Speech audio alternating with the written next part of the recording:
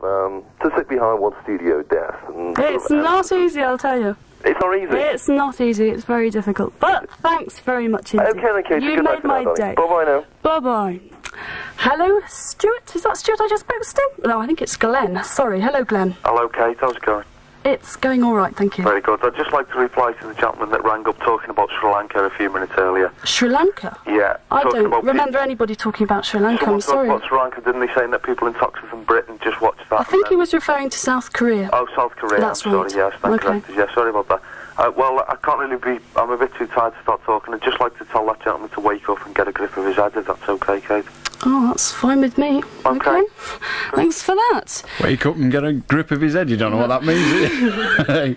You have done stupendously well. Indeed, we're going to find out just how well by asking people to vote and tell us. You were here when it happened last time, so we shall find out. If you think Kate has done a superb job and should get another go, ring now on Preston 552211. Preston 552211. If you think Kate should have another go at the phone-in at a later date, and I, for one, will ring Preston 552211 and cast my vote, but that sounds like cheating. So if you think Kate should have another go, give us a ring now on Preston 552211 and cast your vote. The lines are open now. Now then, melodic moment time. That's right. Hey, you look right worried. I'm okay now, thanks. All right, now it's over. You did very well. Alan, you've picked the melodic moment. That's Tell right. us about Alan gave me the opportunity to pick the melodic moment. So I've had great fun in choosing 3 records. I hope you're going to like them. The first one is Everything, well, the group actually is Everything But the Girl, and the record Each and Every One.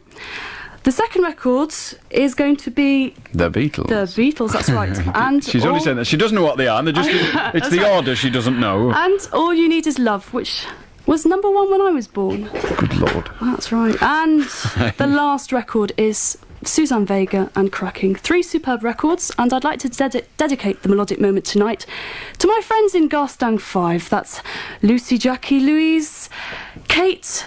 And I've forgotten somebody, and I'm going to get in an awful lot of trouble. And if I don't remember, I will, because I've met them all as well. And please vote for me, you girls. Vote? Get to the phone. Oh, this vote? That's right. Right. Okay. How are the exams? Have you got them all done now? I've got them all done. And you're feeling better now? I'm feeling much better. Okay, Only hope... Well done, that's Kate Adams of Southport, but in fact currently resident in Manchester. That's right. And enjoying every minute of it by the look of you, but never mind, we won't go into that. And also moving flat shortly. That's right, into a house. Into a house, my word. And they say they don't give students enough money. Anyway, you'll be pleased to know that you've got 75 votes so far. Oh, in fact, you've now got 78. That was probably... You've now got 80. We could be here all night. 552211 if you think Kate should have another go. I think she did tremendously well. And now it's Everything But the Girl. In fact, it's been Everything But the Boy for the last half hour, really, hasn't it? That's right. Not only good at phone-ins, but also excellent taste in music. Can a girl have everything other than everything? Or should I say anything other than everything? If you're wondering what she looks like, and I suppose 1 or 2 of you may, considering 245 of you have said that she's got to come back and do it again, so we'll give her the opportunity so to do. However, if you're wondering what she looks like, then there will be a photograph in, not this coming Thursday's Red Rose Advertiser, because that in jargon terms will be put to bed too soon. But a week on Thursday's Red Rose Advertiser will have a photograph of Kate doing it in the studio, if you'll pardon the expression, given her comments about page 3. Not doing it in the studio, but doing the phone in the studio. And no doubt her comments on how she felt. Possibly even my comments on how she should have felt. If you've not gone to sleep yet, you should have done. Especially if you're a very special person.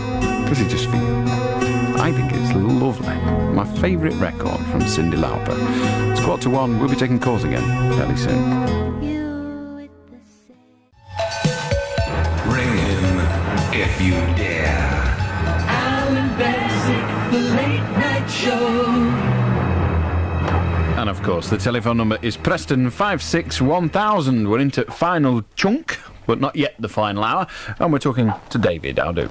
Hello, Alan. Yep. I'm just trying to find out why you didn't open the phone line for the people who to vote against her having her back on. Because traditionally we haven't done that with people. Because, when it was a vote about whether you should stay on the radio or not, you asked people whether it's for or against. Yes, that's when I was being debated, but I don't think that is fair for an individual when they're not getting paid and it's not their job to get marmalised by the public. Oh no, it's not the job, but there could have been 300 people who wanted it back on, and 6,000 who didn't. There could have been, yes, I have my doubts, but all I wanted to know was how many wanted it back on. That is all I wanted to know. That is the only question I asked. Well, can you not open the phone line to find out how many people didn't? I can open the phone-in lines for all sorts of things, but unfortunately, from where you're sitting, I only ever open the phone lines for what I want to open them for. Well, it seems a bit biased in favour of us staying on, because if you... Well, we don't know whether it's biased in favour of us staying on or not. Well, if you'd got 4 votes, you could have said, oh yeah, 4 people, right, she's on next time. Yes. So, really, it was just like the people who phoned in, the votes didn't really mean anything. They meant that they wanted it back on?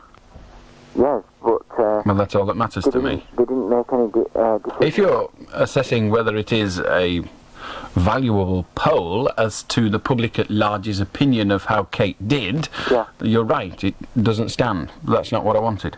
So it all hinges on your decision in the end? It was all going to hinge on my decision from the beginning. That's what I mean. So the people who put the money down to vote, it was just all in vain. It's what? It's just all in vain. No, it's not in vain. Unless you give another... No, it's not all in vain. They knew what was happening. They were told the issue, and there was no issue. They were merely asked whether they wanted to pass a comment, and the only comment they were given the opportunity to pass was yes, they were in favour. They knew that when they rang. Nobody went round there with a 12 bore, pointed it through the letterbox and said, ring or we'll let this go off. Well, you could have, say, 300... We could do all sorts of things. What we did, and people chose to ring. Indeed, you chose to ring. Because I had no phone number to say that I would prefer you to stay on rather than her. Well, such is life. That would be an unfair comparison, in my view. Because... that would be an unfair comparison, in my view. Oh, yeah, I'm not trying to compare... To ask whether you want the person who does this 20 hours a week for a profession, a lucrative profession, should stay and do it, or whether somebody that's done it for the first time in their life should get to do it again, is an unfair question. And I wasn't at that moment in the business of being unfair to Kate. Oh, I merely wanted to know how many people were prepared to vote and say they wanted her back on. I gave that question. I have that answer. Oh, you may well want a different answer and a different question. That's your problem. Get yourself a phone in and you can organise it your way. Till then, put up with mine. How did Derek? Hello? Yes?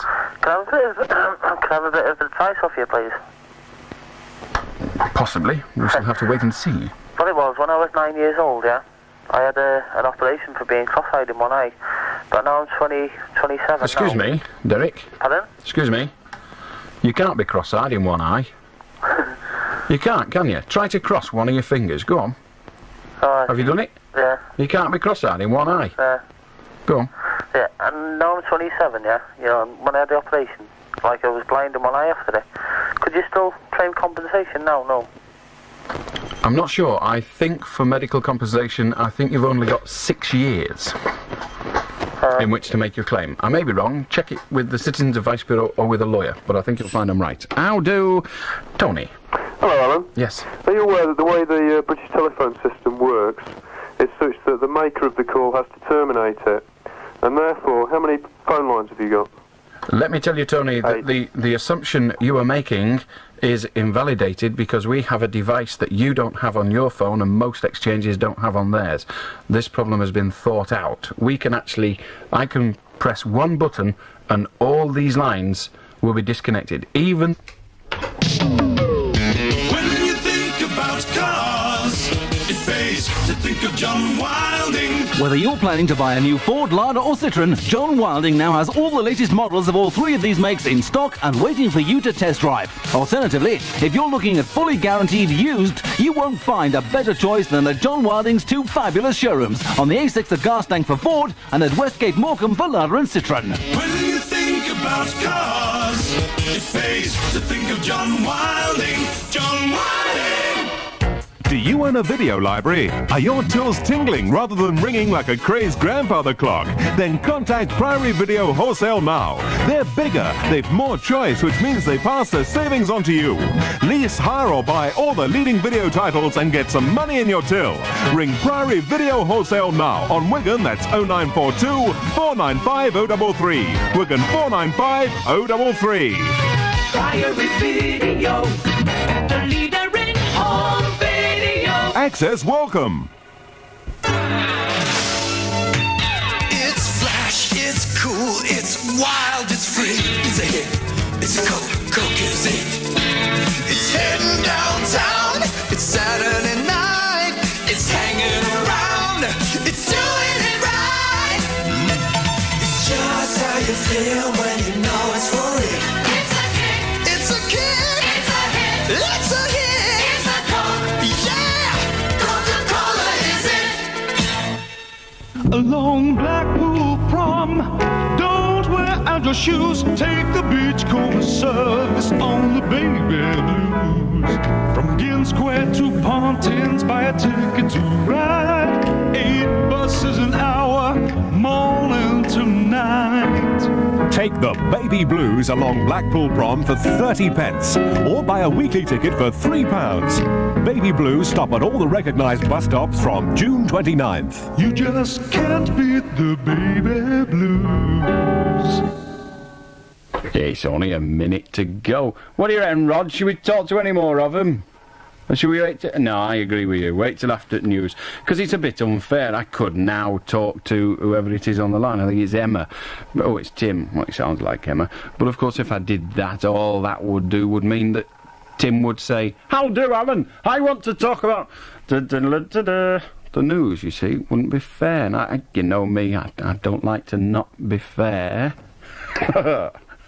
However, what I will do is give you the opportunity to win the top 10 singles, because it's the writing competition. All you've got to do is tell me what year did England win the Football World Cup, and because I know sweet nothing about football, I'm not sure whether they've won it more than once. But if they have, then we want the last time. Rod tells me not, but he knows nothing about everything, and everything about nothing. I know the answer as well, smart Alec, but I've got it written down. However, drop me a line with the answer. Allan Beswick, Red Rose Radio, P.O. Box 301 Preston, PR1 1YE.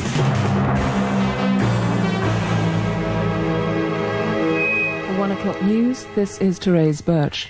A policeman has been killed and an off-duty UDR man and his mother are fighting for their lives in Belfast after 2 bloody IRA ambushes which have shocked even Ulster's war-weary population.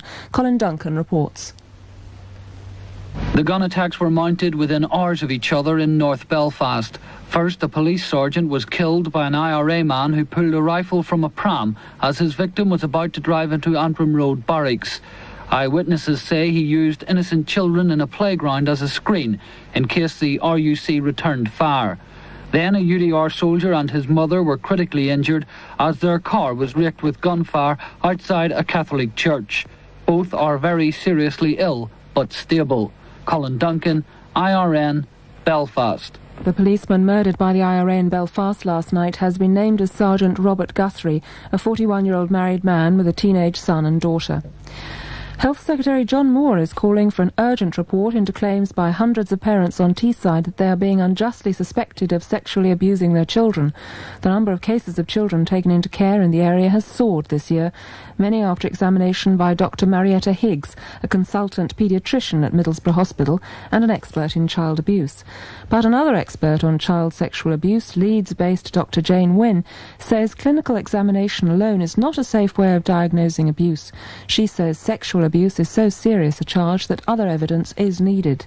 We have had people disbelieve what we're saying and find it difficult to say what we in Leeds have been finding, because I think sexual abuse is unthinkable, and when people are faced with the reality, they find it even more difficult to accept when it's really close to home. A lot of my parents and patients that I've seen, immediate reaction has been anger and to tell me I'm wrong, but I haven't always been wrong. A South Devon hotelier who's owed nearly £3,000 by the Customs and Excise Department has taken out a writ against Chancellor Nigel Lawson. Nicholas Watts of the Clennon Valley Hotel in Paynton was furious when he was told his VAT claim could be held up for months because of the civil servants' strike, and says he's acting for many other small businessmen in the same position. We're being treated like pieces of paper and people just don't realise that there are people involved. I can stand for a short time this sort of debt outstanding. Other small businesses maybe can't and will go to the wall because of it, and I feel it's about time somebody did something. Why have you decided then to take out a summons against Nigel Lawson, the Chancellor of the Exchequer? Because he is ultimately the person responsible. money gained through value-added tax gets paid direct into the exchequer. He is ultimately the person responsible. Peter Home, the estranged husband of soap superstar Joan Collins, has arrived in Britain, vowing to haunt the ex-wife he calls a bitch. Home says he's offering a $2,000 reward to recover a BMW car he lost Joan during their marriage breakup. Independent Radio News. Ring him if you dare. Allan Beswick, the late night show. There are many people who I would regard as impartial, but one impartial person has just rung, one rather important impartial person, who remains nameless, has just rung to say how well Kate did. So that's rather nice. 3.5 minutes past 1. Preston 56 1000 if you wish to join us.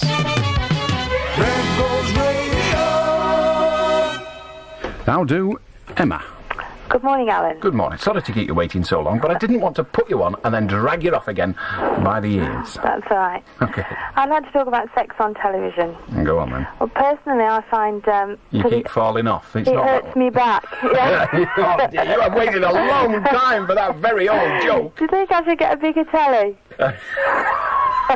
Or a smaller fella? Yeah, that's an idea. You're making a presumption there. All right. Well, cheers. Bye. How do, Tim? All right, Alan. Yes. I want to talk about vegetarians if I can. Let's hear it. Well, I think vegetarians are hypocritical, really. You can perhaps straighten me out on this, because I'm probably wrong, and you do straighten me out many times. But surely the life of a carrot is just as important as, say, a lamb or a rabbit. As I got in a lot of trouble on the phone in not very long ago for saying I was an almost vegetarian. Yeah. However, I'll say it again. As an almost vegetarian who don't give a monkey's cuss whether he gets into trouble or not, I would say to you, yes, of course, the life of a carrot may well be as important as the life of a rabbit or a chicken, but it's not as important to me. No, right. I mean, I appreciate your opinion, but life is life, no matter what form it comes in. And once again, it will be for the Creator to decide what is important and not important. Anyway, thanks, Alan, for your... This, of course, is assuming there's a Creator. Yes. I mean, it may well just be two carrots having fun. But I think you said yourself that you would not deny that it's a possibility of a Creator. Oh, indeed, I wouldn't deny the possibility of a Creator, or indeed that the carrot gets upset. I mean, is this not when anybody's got an inquiring mind, which I'm sure that you must have like I have? I've even got an inquiring carrot. It always wants to know what's going on under there. And one looks at one's hands, feet, and we have all these... people come along, they try to put God in its place and say, let's make a bit of money, Sounds like a good idea. Go and put your half crown Anyway, in the Tim, I once wrote an article for a newspaper on the basis that the headline I gave to it was, you might as well eat babies, because I maintain that vegetarians who are not vegans... You're forgetting one thing. Go on. The preservation of the species. Ah, yes. Yes, that would destroy it. Yeah. However, I will go on with what I said. I maintain that vegetarians who are not vegans are very definitely hypocritical, and I'm a vegetarian almost, and well, therefore I'm the same, I'm hypocritical. Almost. I did say to you the other night that one does have to eat a bit of meat, otherwise one would die. Well, no, you don't have to eat a bit of meat in order to avoid dying. I have to eat a bit of meat in order to get into arguments that I can't be bothered getting into. If you can believe that, you believe anything. Anyway, Tim, I'm with you some of the way, but not all. How do, Geoffrey? All right, Alan. Yes, I'm always right. Yeah, I'd like to talk about postman in Liverpool. Well, go on then. The postman in Liverpool. Every postman I've seen drives around in a T-Reg Ford Cortina, and I'm wondering whether they're taking all the gyro checks from the people in Liverpool and buying Ford Cortinas. Well, Geoffrey, if they were taking all the gyros in Liverpool, they'd be driving around in bloody Rolls Royces, not T-registered Ford Cortinas. How do, Brian? Oh, hello, is that me? Is your name Brian? I'm afraid so, yeah. Then you're the Brian we want. Good morning. Good morning. A quick aside, if I can, and it's just simply on... there's been a lot about this Freemasonry in the last couple of nights, hasn't there? Yeah, well, it's that report, you see. Well, it's this thing, isn't it? I mean, it's the basic intolerance of us as human beings, isn't it? Anything we don't understand, we have to get dead paranoid about.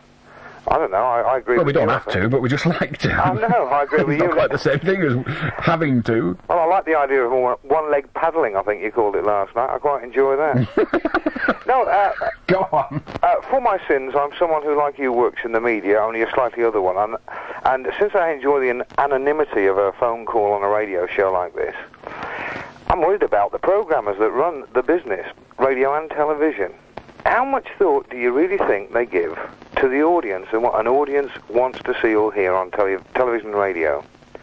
Now, with the advent of commercial radio over the last few years, having to make a living in it, as do commercial television to a point, one would hope, you've got more in touch, or we as a media have got more in touch with what an audience wants. But have you really? I mean, I noticed the other night that if you watched at a certain time, I can't remember what time it was in the evening, you were getting some in-depth discussion on some very esoteric subjects on all 4 of the channels. I mean, I don't think that that's creative programming in television, do you?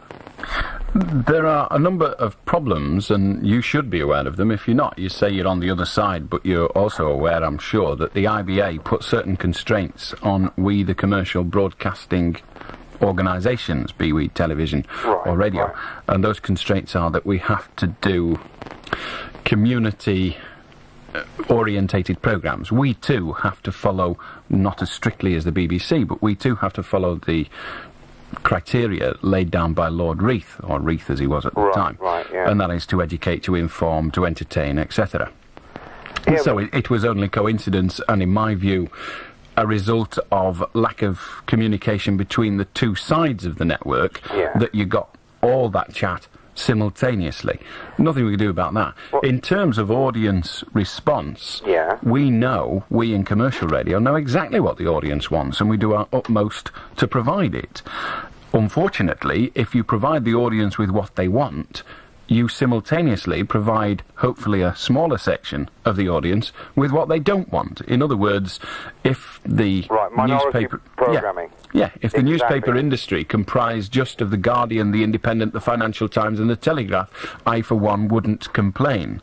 No, well, I suppose what I'm saying really, again, enjoying the anonymity of a phone call, is that I don't know so much about commercial radio. I actually happen to work in television, but one finds that there's so many programmers who really are so out of touch with everyday people, and yet they're the ones who decide where all these vast budgets are spent on programming. And I'm sure it must be the same to a certain extent in radio. As I say, there's no such thing as vast budgets, radio. No, well, not in commercial radio, maybe, Yeah. but I mean, I know in the BBC you've got people who sit there in London and they think, oh, let's make a programme about the lesser spotted, or the greater crested newt and its habits in the swamplands of Wales or something, and they'll spend like a few £1,000s on that, when you've got real creative people who could be using that airtime and doing something that I'm sure has a much greater audience appeal. I suppose that's really my comment in a nutshell. Well, I would argue against that. First of all, if you're going to have serious programmes, then they cost a lot of money. Yes, There's no way around it. A half hour on BBC Radio 4 costs, I don't know how much by comparison, but a damn sight more than a half hour on this programme late at night. Right. So we are constrained in 2 ways. We have the constraints put upon us by the IBA, saying you must do this kind of broadcasting in amongst the other stuff. Right. But we also have the constraint that we can't actually go out and spend the money that the BBC has available to it, because if we did, the price of our advertising would be prohibitive. Exactly. That's that side of it. To come back to the BBC, yes, the BBC does spend a lot of money doing programmes about the greater crested tit, which I've been looking for years, but they always come in pairs. Yeah, right. But, and that's the entertainment side, is it not? Mocking what goes on. But the BBC have a greater obligation than us, in that they don't have to satisfy the entertainment, education, what have you, needs of a large section of the community, but do their utmost to satisfy all. Now, they have, in radio terms, 5 radio stations beaming to most communities. To this community, there are 7. possibly 8, in that we've got BBC's Radio 1, 2, 3, 4. Then you've the got local output, yeah. plus Lancashire, plus Merseyside, and you might also, indeed you can, get BBC Radio Cumbria down here at times. Yeah. So in any county, they've got 5 different radio stations broadcasting. They can afford to dissect their output, and they can afford then to, if you like, consolidate their serious music broadcasting into Radio 3. Right, they can do all of that, but it is program different channels. Yeah. It's very, very expensive. I sometimes sit there listening to programs like File on 4 on Radio 4, sitting there thinking, why isn't the whole of radio like this? Because it is absolutely superb. Right. And then I think, well, just a minute, more people listen to me in Lancashire than listen to this superb programme. Yeah. So well, it's the not irony, of course, of the whole of that with the BBC, though, is that everybody, no matter what their tastes, in paying their broadcast licence, is contributing to those budgets to make the obscure programmes, absolutely, which I find a little bit unequal, but then again, such is life. Well, it's a matter of, is it unequal? Everybody contributes, so Colonel Blimp contributes, and Colonel Blimp is allowed, surely, at least some return for his money. He is, but so Colonel Blimp isn't going to sit there listening to Radio 1. Oh, yeah. Nobody in his right mind is going to sit there listening to Radio 1. Right, but is he more entitled than Joe Smith, who wants to come home and watch a good movie, for example? I would say he is no more entitled. I would say that if you're going to put a criteria on the programme that they must, on the programme makers, that they must also attempt to educate, then you have got to offer programmes to people that are not what they would immediately choose. We can't all be condemned to Radio 1 simply because 30% of the community want Radio 1. No. We can't all be condemned to Red Rose Radio because 49% of the community want Red Rose Radio. Well, we must have a choice. I am a great... good figure, and I thank you for your time. It's not a bad figure. All right. I thank you for your time. And I say, Alan, before I go, I must commend you on your creative use of your broadcast. Don't go yet. Let me just say one thing. This conversation has probably done more for the BBC by knackering my ratings with its utter and complete boredom. I'm sorry. Thank you very much. You've probably got a bonus for that. Ta-ra. Bye-bye. Give my regards to BBC Television. And when are they going to give me a job? A man's got to eat! Away, on an Avalon holiday. We'll all have fun lying in the sun on an Avalon holiday. Luxury coach travel and Avalon go hand in hand. When it comes to Paris, and on the 26th of June for 3 superb days, it's just £65, including local pickup points, cross-channel ferry and top accommodation. Can you afford not to travel Avalon? Ring Bolton 398 788 to book your holiday. 398 788 to book your holiday. Come to Pepper Lane Chippy soon. We're never closed, because we're always peeling taters, fishing for the freshest fish in town, or baking a selection of mouth-watering pizzas. Visit the Pepper Lane Chippy in Pepper Lane off the main Preston Road, Standish near Wigan. Which reminds me, fee, fi, fo, fum, Pepper Lane Chippy, here I come. Please listen to my ditty. It may not be very witty, nor even slightly funny, but it will help save you money. For me, from cradle to grave, I aim to shop and save. I buy out I need, for next to nought indeed. There's meat and veg and cheese and pigs and booze and clothes and cards and sweets and pigs and pet food and household things. So shop and save a load down Blackpool's Waterloo Road, in the market they call new, and over road the M2. Thank you. Poetry in prices, from the New Market and M2 Market. It's the place to come, where shopping can be fun. The Newmarket Waterloo Road. Can you believe it? A complete luxury fitted bedroom of real quality for just £350 plus VAT. It's true. At M&S Fitted Bedrooms of Preston and Bolton. For £350, we'll design, plan and fit 2 wardrobes, 1 bridging unit, 2 corner displays and 2 bedside cabinets. Do not buy a fitted bedroom till you've visited M&S Fitted Bedrooms, 342 Blackpool Road, Fulwood, Preston, or 156 Blackburn Road, Bolton. But hurry, this offer's for a limited period only. Open Monday to Saturday 10 till 4, Sundays 12 till 3. How do... Joe. Hello, Alan. Hello. Can I ask you 2 questions? The first one is, do dogs cry? No, I don't mean... I know they cry, like, but do they cry Well, if you know they cry, why are you asking me? Well, do they cry tears? They have a tear duct. Well, they happen to have two. They do have tears, like, it's only They have tear ducts. What do you mean, tear ducts? Well, tear ducts are the things that get the tears to the eye. Yeah. They don't just suddenly form in the eye. It's not the middle of the eye falling out. It's liquid that the body decides to release, and then it needs a sort of hose pipe to get it to where it wants it. Yeah. And they have them. That's why you sometimes see them with their eyes watering. Oh, well, that's one argument. The other one. Now, how did you become a radio presenter? From when you very, very first started? I lied about my age. No, I mean, serious, how did you start off? Various different ways. I mean, you just don't go on and say, oh, I want to be a radio presenter. Certainly, sir, go on, get in the show. How did you start off? The first time I got a radio programme on a regular basis, or part of a radio programme on a regular basis, was at Radio City as a phone-in Citizens Advice Bureau advisor, working on Dave Lincoln's programme on a Monday morning. That was the first time I'd done it regularly. Prior to that, I'd been involved in radio in a number of different ways, just presenting little pieces, sometimes that I'd written, sometimes that others had written, for the BBC.